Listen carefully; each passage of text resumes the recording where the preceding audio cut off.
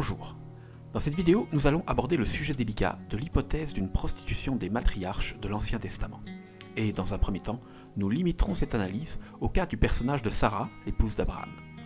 Comme vous allez pouvoir le constater d'ici quelques minutes, cette hypothèse est loin d'être mienne et loin d'être neuve. Mais avant d'aborder ce sujet, je tiens de suite à préciser que le but ne sera pas ici de médire ou de blasphémer sur les religions et leurs personnages. Que du contraire même, nous allons ici mettre en lumière toute une part d'aspects sacrés oubliés, une part qui faisait bel et bien partie intégrante de la pensée religieuse de ces anciens personnages issus de Mésopotamie. Nos affirmations paraîtront donc parfois choquantes aux yeux de certains, nous en sommes désolés. Choquer n'est pas ici le but c'est la compréhension, c'est la science, c'est l'histoire, c'est la redécouverte de ce passé oublié. Élucider la part d'historicité de ces passages anciens permet d'en recomprendre le sens, un sens évidemment différent de celui de notre tradition, trop déformé par les millénaires de spéculation, mais un sens pertinent et réaliste, un sens qui intègre les données archéologiques et celles de la psychologie de l'histoire de ces périodes. Un sens qui pourrait bien être un plus proche reflet de la pensée des auteurs de ces vieux textes, aujourd'hui devenus sacrés. La prostitution semblant encore trop souvent s'associer à des considérations dédaigneuses ou des formes de misogynie dans l'esprit de beaucoup, je tiens de suite à préciser que notre propos se limitera à une analyse historique et non en aucun cas à un jugement moral de cette pratique. Précisons toutefois, la nuance pourrait être importante pour certains, que le réel thème de cette vidéo n'est pas la prostitution profane, mais bien la prostitution sacrée. Nous le prouverons longuement et nous expliquerons en quoi consiste cette forme particulière de prostitution, le sujet étant souvent mal compris et peu commenté. Alors, ce thème étant très vaste, il sera traité en plusieurs vidéos. La présente première partie démontrera le caractère de prostituée de la matriarche Sarah, épouse d'Abraham, sans encore examiner le caractère sacré qui s'y associe. Les vidéos suivantes développeront le sens de cette prostitution, son aspect sacral et la signification de ces pratiques anciennes dans le contexte de la vieille Mésopotamie. Nous publions une vidéo par mois sur cette chaîne, donc cette suite sera publiée à partir du 15 mai. Notre thèse se formule comme suit. Qu'elle soit historique ou non, la matriarche Sarah, le personnage biblique, l'épouse d'Abraham, fut jadis une prostituée sacrée, alias une prêtresse, vouée à la déesse mésopotamienne Ishtar. Tel est ce qu'il est aujourd'hui possible d'affirmer au regard des éléments présents dans nos textes sacrés, lorsque l'on cesse de dissocier ces éléments de ceux acquis par les sciences historiques et archéologiques. Ceci n'est pas une spéculation, nous parlons bien ici de preuves archéologiques. Nous sommes en histoire et comme toujours, tout est hypothèse en cette discipline, mais il existe bien des preuves archéologiques attestant de la cohérence de cette prostitution dans le cas de Sarah. Nous les soulignerons dans quelques instants. Mais avant de parler de ces preuves récentes, revenons un instant à nos vieux textes. D'où viennent ces doutes, ces soupçons? D'où vient que de tels propos, jugés licencieux par certains, soient occasionnellement tenus au sujet de Sarah, ce depuis plusieurs millénaires maintenant? Cela vient évidemment de nos textes sacrés eux-mêmes, de la Bible, de la Torah, du Coran. Nous commencerons donc ici par rappeler les éléments bibliques qui témoignent de cette prostitution, ou tout du moins qui en font indice. En Genèse 12-14, il est dit que Sarah, l'épouse d'Abraham, est tellement belle que le pharaon d'Égypte craque pour elle et la fait emmener à sa cour afin de l'épouser et s'unir avec elle. D'après le texte, de mauvais esprits sont ensuite envoyés par Yahvé pour maudire le pharaon à cause de Sarah, épouse d'Abraham. Le pharaon vient donc finalement demander à Abraham de le libérer de ces mauvais esprits, ce qu'Abraham prodigue par l'imposition de ses mains sur la personne du pharaon. Sarah quitte ensuite le pharaon et repart vivre avec son premier mari. Tous deux sont toutefois largement rétribués à l'occasion de cet étrange office. Quelque temps plus tard, même scénario, en Genèse 20, cette fois avec Abimélec, roi de Guérar. Sarah couche à nouveau avec ce roi, et Abraham, qu'elle présente chaque fois comme étant son frère et non son époux, ce qui n'est pas faux, ils sont demi-frères, devient à nouveau riche du fait de vivre à la cour, dans l'entourage de ce nouveau roi, et du fait des multiples dons que ce monarque prodiguera à sa nouvelle épouse et à son nouveau beau-frère. Ces dons perçus par le couple sont de grandes quantités de bétail et de serviteurs dans le cas du pharaon d'Égypte, et ils sont des dons abondants en argent et en propriété foncière dans le cas du roi Abimélec. Dans les deux cas, c'est écrit, Abraham et Sarah se sont largement enrichis du fait de l'entrée de Sarah dans la couche de ces deux monarques. La seule lecture des livres sacrés suffit donc bien à affirmer qu'il y a des indices de prostitution dans le cas du personnage de Sarah. Et en disant cela, je reste très et peut-être même trop prudent, car pour beaucoup de personnes, ces éléments suffisent à affirmer cette prostitution. Pour un scientifique, les mots et interprétations sont de peu de poids en regard des faits. Nonobstant les 1000 herméneutiques qui ont été produites pour tenter de justifier ces passages, les écrits demeurent, et ces écrits restent plus fiables que leurs interprétations. Or c'est un fait, dans ses écrits, les actes de ces personnages témoignent bien par 2 fois d'étranges unions maritales ponctuelles avec large rétribution financière. Techniquement et sémantiquement parlant, il est donc bien ici question de prostitution, selon la définition du dictionnaire. Pour beaucoup d'autres personnes, ces arguments restent toutefois insuffisants à affirmer cette prostitution, dont le contexte reste très étrange. Un doute pourrait donc subsister à la lueur des seuls éléments des textes sacrés. Mais ces arguments bibliques sont évidemment loin d'être les seuls. Il y a aussi énormément d'indices extra-bibliques qui viennent corroborer cette hypothèse. Nous allons les souligner progressivement. Commençons par rappeler que cette hypothèse de la prostitution de Sarah est évidemment très ancienne. Archéologiquement parlant, elle est aussi ancienne que la Bible, puisque les manuscrits de Qumran, qui sont nos plus anciens témoins des fragments bibliques, contiennent pareillement les plus anciens indices de cette prostitution. Durant le Moyen-Âge, cette hypothèse était surtout associée au personnage de Mani, le père du manichéisme, et aux écrits de Faustus de Milève, dit Faustus le Manichéen, et à la longue réponse qu'en firent jadis les dogmes au travers de l'œuvre d'Augustin d'Hippone, alias Saint Augustin. Tous les courants manichéens de ces époques affirmaient, notamment dans leur doctrine, la prostitution de Sarah et des matriarches, et, comme nous allons le voir, ils avaient tous très probablement raison. L'archéologie leur donne en tout cas raison aujourd'hui. L'idée de cette prostitution était donc assez répandue au Moyen-Âge, même au sein des grands courants religieux. Si donc nous, modernes, nous n'avons, pour la plupart, quasiment jamais entendu parler de cette idée, c'est pour une simple et bonne raison.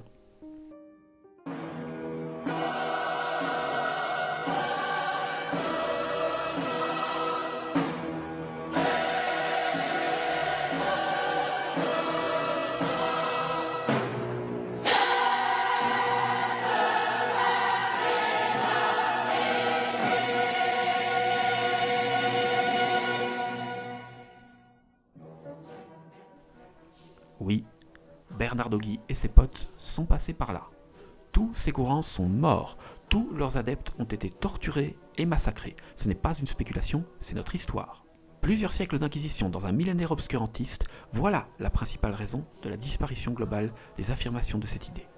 Jadis englobés dans le catharisme des hérésies albigeoises, tous les porteurs et porteuses de cette idée ont jadis été décimés à coups de bûchers, de massacres et même de croisades.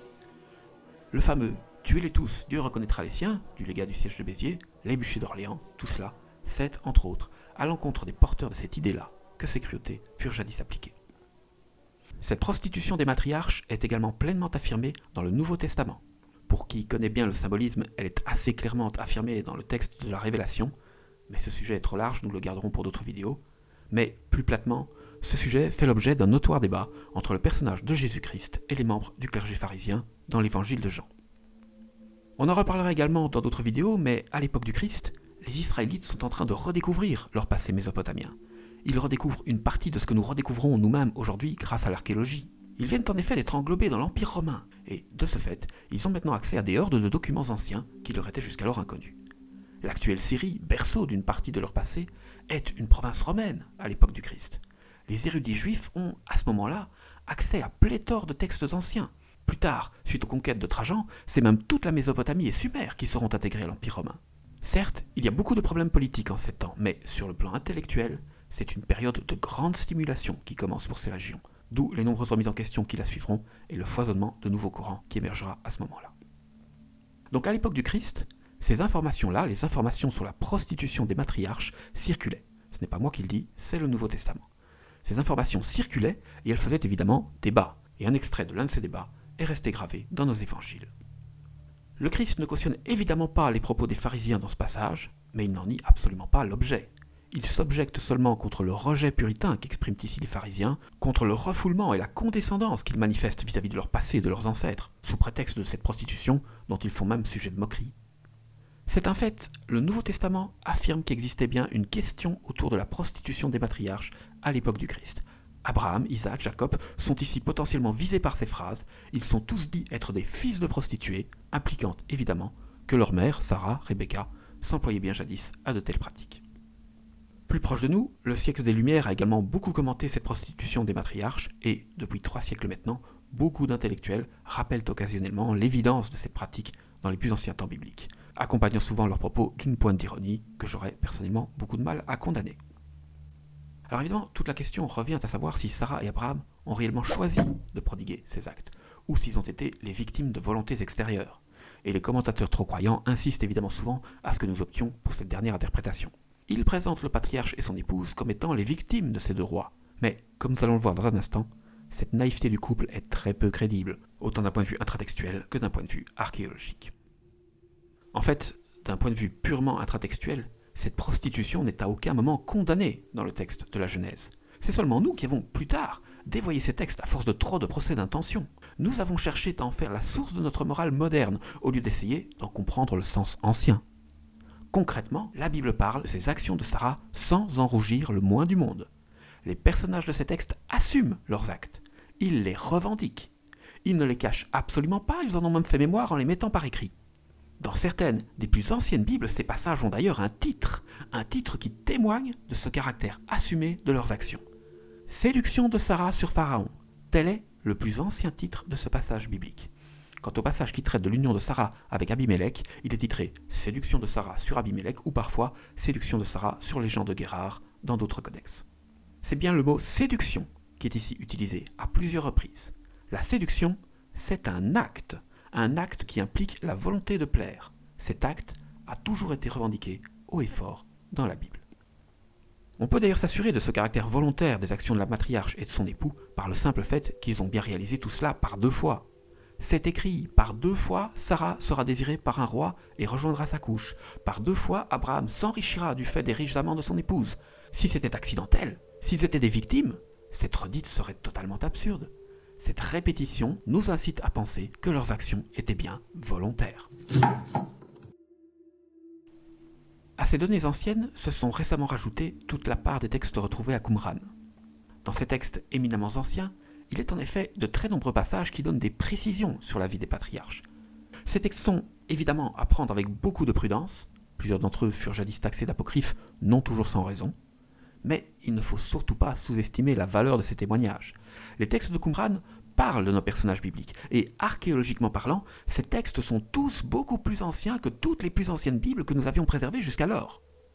Ces textes contiennent tout simplement les plus anciennes informations que nous ayons sur ces personnages, et beaucoup de ces informations sont extrêmement pertinentes, attestant parfois de réalités anciennes qui, entre-temps, furent démontrées par l'archéologie.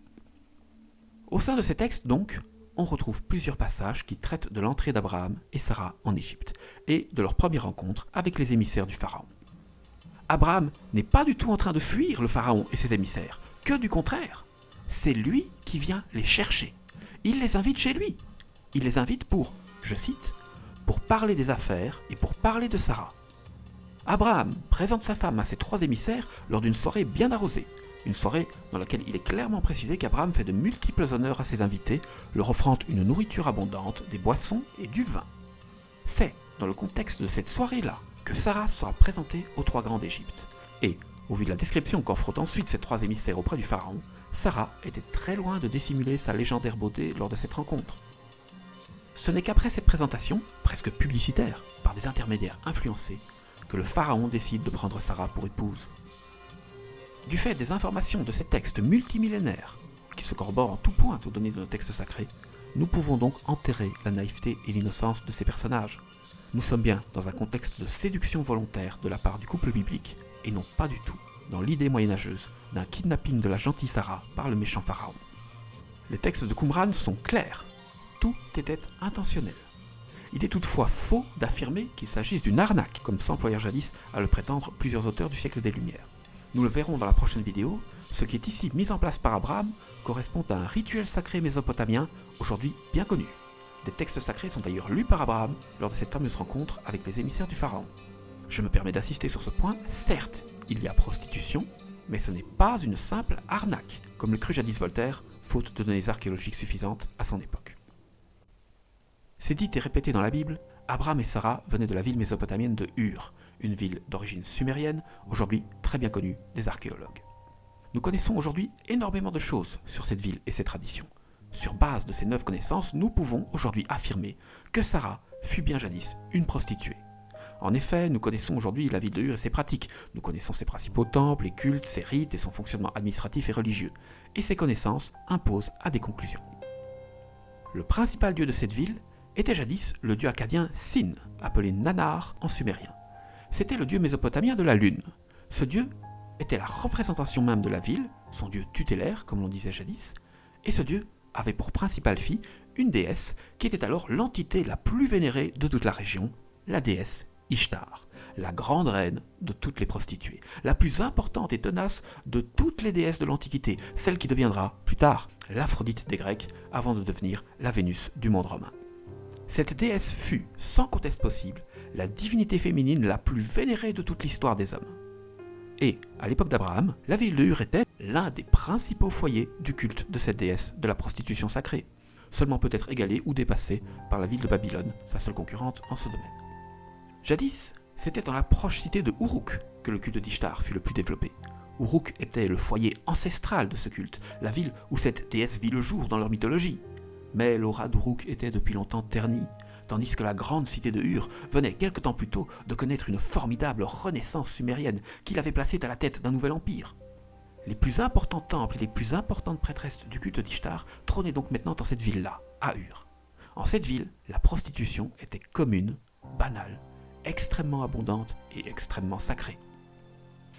En cette ville de Ur, il était commun, dans toutes les grandes familles nobles, de venir présenter au roi les filles les plus jolies, afin que celles-ci soient acceptées au sein du culte d'Ishtar. C'était socialement très valorisant à cette époque.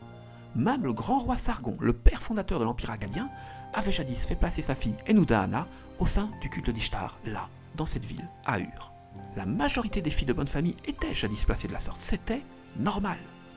Or, Sarah vivait bien dans cette ville. Les textes sont unanimes, c'était une superbe femme, et elle venait bien de bonne famille. Elle est la demi-sœur d'Abraham, comme lui enfant de Terah. Elle venait de la même maison, de la même riche famille sacerdotale, jadis implantée dans la ville de Ur.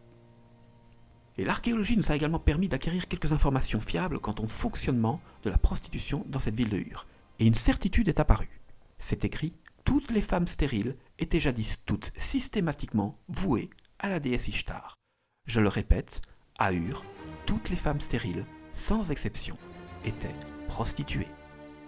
Or donc, nos textes sacrés sont unanimes et explicites sur ce point. Sarah était stérile. Sa stérilité est textuellement affirmée par 3 fois au sein de la Bible et elle est pareillement affirmée et répétée à plusieurs reprises au sein de la Torah et du Coran. Ainsi évidemment que dans les dizaines de milliers de textes qui en firent ensuite commentaire. Nous sommes donc bien en face d'une évidence logique, d'un syllogisme. Sarah était stérile et vivait à Ur. À Ur, toutes les filles stériles, sans exception, étaient vouées à la prostitution au sein du culte d'Ishtar. Si elle exista, Sarah fut donc bien une prostituée vouée à cette déesse.